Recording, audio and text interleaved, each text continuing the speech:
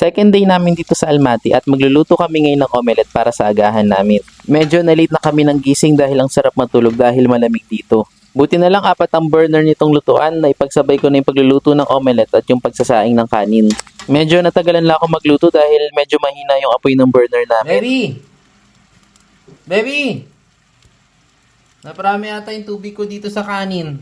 Akala ko magiging malata yung kanin kaya inunahan ko na para hindi magalit si Mrs. Pero okay naman yung kinalabasan, binuksan ko na lang para medyo matuyo yung kanin. Medyo malakas lang yung apoy kaya matagal maluto eh. No problema ko pa dito kung paano babaliktarin yung itlog. Buti na lang may napanood ako sa YouTube. Nilagay niya yung itlog sa may plato at saka niya binalik gamit yung plato para buo pa rin yung itlog. At effective nga, hindi nasira yung omelette namin. Bumili din kami ng ham nila dito. Sakto at may binebenta silang pork ham. Lulutuin ko na sana lahat ng ham para may baunin kami sa tour pero yung tour namin kasi is package na din yung pagkain. Kaya ang niluto na lang namin ay yung pang-agahan namin.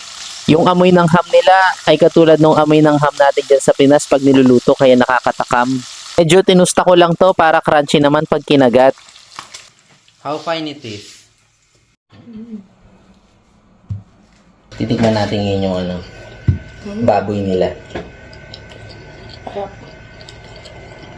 Sarap niya? Pero baboy siya? Magano ka? Tuloy tayo ganyan. Tingnan natin kung anong lasa. Oh.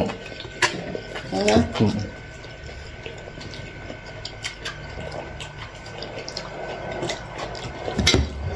Ang baby ko, di na naman nag-asin. Puro asin yun, no?